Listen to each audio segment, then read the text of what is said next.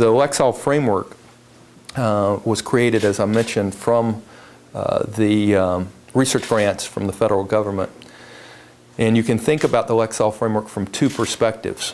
The first perspective is how difficult is something to read. We measure the complexity, the difficulty of a book, a magazine article, any text we measure.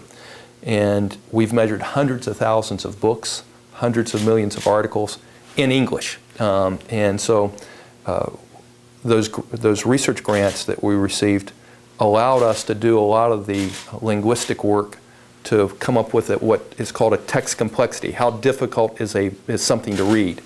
And we express that in lexiles.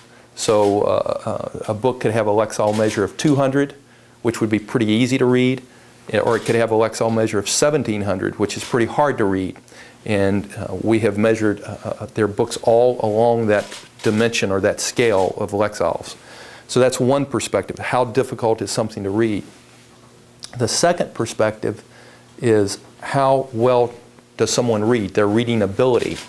And that's when we measure people.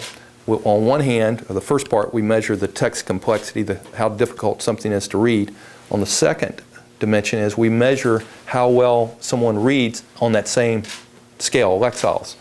And that allows you to promote and optimize reading growth, because if I know how well you read, and I know you read at a lexile level of 700 or 800 or 900, then I'm able to find you targeted books that are right at your level, so that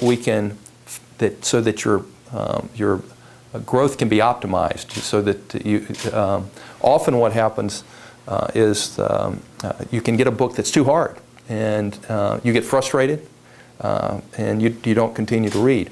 Or if you read a book that's way too easy for you, you're not being exposed to new vocabulary or new syntactic structure. So the Lexile framework, Mr. Lee, is just a tool and a resource that parents and teachers and students can use to help them find the appropriately challenging book for themselves, or the article, to help them grow their literacy skills.